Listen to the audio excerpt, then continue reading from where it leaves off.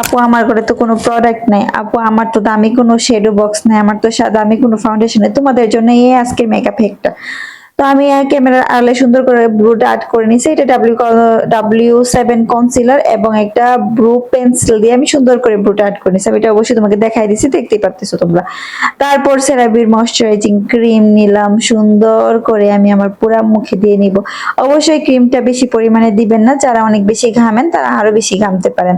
অল্প পরিমাণে দিবেন যাতে স্কিনটা ডিহাইড্রেশন না হয়, ঠিক আছে। তারপর সুন্দর করে মাখায় নিলাম পুরা মুখে। কারা কারা হচ্ছে ময়শ্চারাইজিং ক্রিম না দিলে রাতে ঘুম আসে না, তারা অবশ্যই কমেন্টে জানাবা। তারপর একটা হচ্ছে কম বাজেটের ভিতর একটা সানক্রিম নিলাম। অবশ্যই আমি দিনের বেলা মেকআপ করতেছি, তার জন্য আমি সানক্রিমটা ইউজ করতেছি, যদি রাতে করতাম তাহলে করতাম না। আচ্ছা যাই হোক, রাতের বেলা কেউ সানক্রিম দিয়ে মেকআপ করেন না। তারপর কম বাজেটের একটা রিবান আর প্রাইমার নিলাম। হ্যাঁ, এটা তোমরা কিন্তু খুবই কম টাকায়, যারা হচ্ছে মানে কি বলে বা মা বাবা চিপস খাওয়ার জন্য টাকা পয়সা দেয়, তারা 2-3টা চিপসের টাকা দিয়ে এই প্রাইমারটা কিনতে পারবা, ঠিক আছে। তোমরা কিন্তু এই প্রাইমারটা দিয়ে কিন্তু একটা লং লাস্টিং মেকআপ করতে পারবা। তারপর সুন্দর করে দেখতেই পাচ্ছ মেকআপের এরিয়াটা কোথায় কোথায় আমি প্রাইমারটা দিচ্ছি, তারা অবশ্যই ফলো করবা তোমরা সবাই। তারপর একটা কিস বিউটির একটা কালার ক্যারেক্টার নিলাম। কালার ক্যারেক্টার থেকে এখানে অরেঞ্জ কালারের যে শেডটা, এটা নিয়ে আমার চোখের নিচে যে ডার্ক সার্কেলের প্রবলেম, সেখানে আমি সুন্দর করে ডার্ক সার্কেল এরিয়াটা ডাইকে ফেললাম অরেঞ্জ কালার ক্যারেক্টার দিয়ে। তোমাদের কাছে যদি অরেঞ্জ কালারের কনসিলার থাকে সেটা দিয়েও করতে পারো, কোনো সমস্যা নাই। আমার নাকের দুই সাইডে সুন্দর করে একটা ব্ল্যাক স্পট পড়ে গেছে, এটা কিসের জন্য হয়েছে আমি জানি না।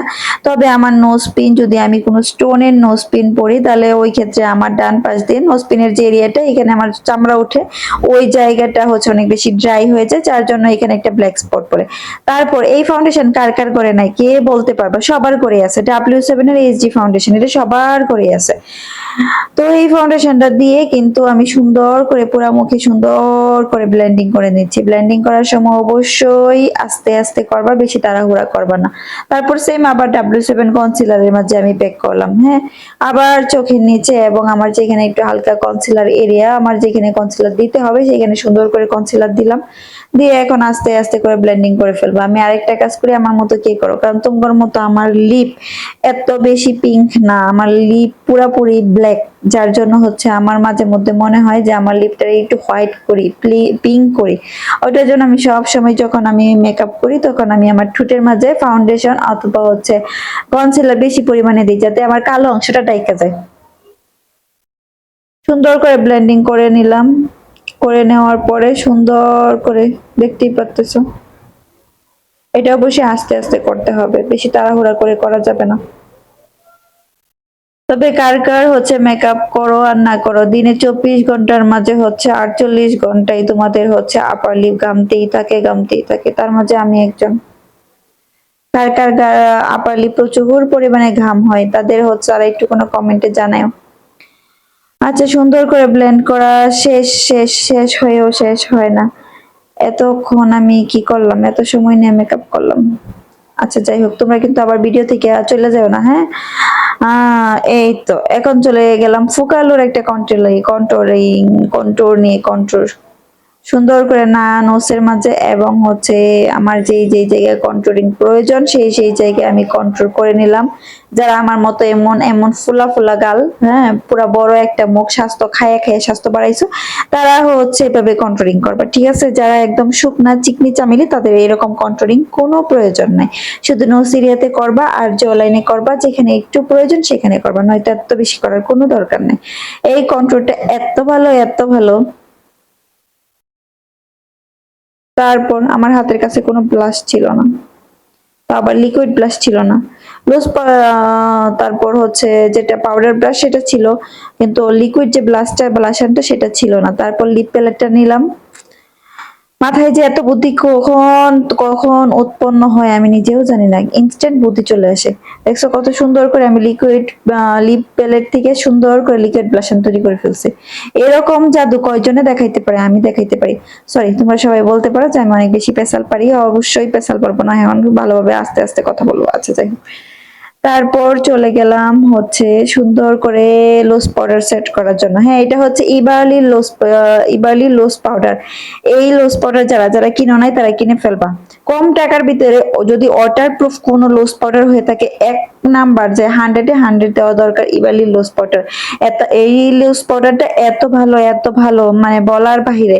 এটা দিয়ে তোমরা চাইলে হচ্ছে তো 14,000, 10,000, 12,000 টাকার বউ সাজাইতে পারবা। কারণ এটা পানি ঢালবা, তারপর পানি পড়ে যাবে, কিন্তু তোমার এই লোজ পাউডারের কোনো কেকি ভাব হবে না। এই লোজ পাউডারটা মাশাআল্লাহ এত ভালো। আচ্ছা, বেশি সুনাম করে ফেলতেছি, যে অবশ্যই বেশি সুনাম না, যে যে যার যে গুণটা তার সেই গুণটা অবশ্যই বলতে হবে। তারপর চলে গেলাম আমার আই লুকে। হ্যাঁ, এটা হচ্ছে আমি আই লুকটা, যে আই লুকটা আজকে আমি করে দেখাবো, সেই আই লুকটা আমি এক পাশে করে ফেলছি অলরেডি। তারপর হচ্ছে আমি আরেক পাশে দিচ্ছি, কালারগুলো আমি লিখে দিয়েছি। তারপর আমি মুখে বলে দিচ্ছি। আমি এখানে বেগুনি কালার হচ্ছে একটা শেডও নিলাম, তারপর শেডও নিয়ে সুন্দর করে স্মুথলি ব্লেন্ডিং করলাম।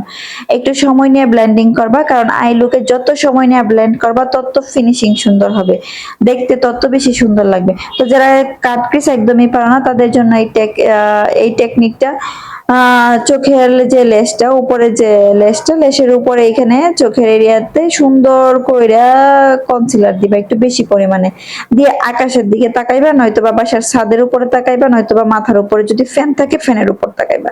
তাকাইয়া দেখবা নিচের দিকে আবার তাকাইবা, যখন তাকাইবা তখন দেখবা যে উপরে একটা একটা ক্রিস লাইন হয়ে গেছে অলরেডি নিজে নিজে। তারপর এই লাইন বরাবর সুন্দর করে আস্তে আস্তে ক্রিস লাইন বরাবর টেনে নিবা, তারপর সুন্দর করে দেখবা যে কাট ক্রিস হয়ে গেছে। তুমি পারো না, তারপরও দেখবা হয়ে গেছে।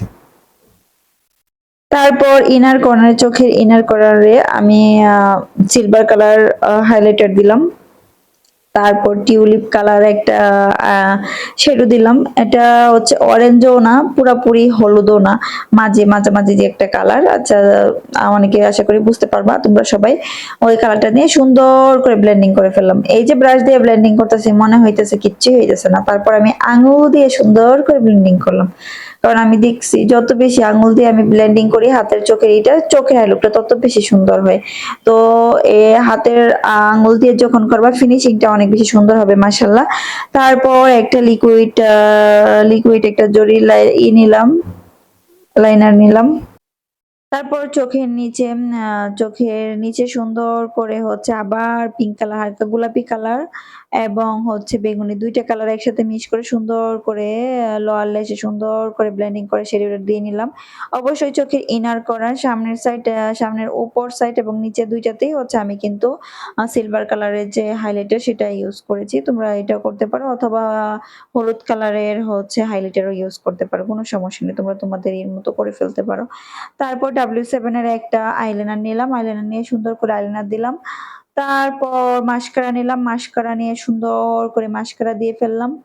তারপর আবার টেকনিকের ব্লাশার নিলাম। অবশ্যই টেকনিকের এটা পাউডার ব্লাশ ছিল। পাউডার ব্লাশ নিয়ে সুন্দর করে ব্লেন্ডিং করে ফেললাম, দেখতেই পাচ্ছ।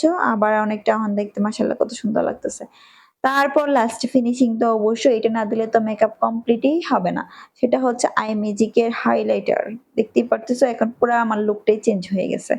এখন তো লিপস্টিকের পালা। এখন লিপস্টিক যাদের কাছে টাকা নাই, একদমই গরিবস, আমার মতো অনেক বেশি গরিবস, তারা চাইলে হচ্ছে এই লিপ প্যালেটটা কিনে ফেলবা। ৩টা ৪টা কালার মিলে তুমি যে কোনো কালার একটা লিপস্টিক বানায় ফেলতে পারবা। এটা হচ্ছে আমার ফাইনাল লুক। কার কার কাছে কেমন লাগছে অবশ্যই কমেন্টে বলে যাবা। আর কার কি মতামত বলে যাবা। আমার ভুল ত্রুটি হইলে অবশ্যই ক্ষমার দৃষ্টিতে দেখবা। ধন্যবাদ। অনেক ভালো থাকবা সবাই, অনেক ভালো থাকবা সবাই। এটা হচ্ছে আমার ফাইনাল লুক। সেটিং স্প্রে আমি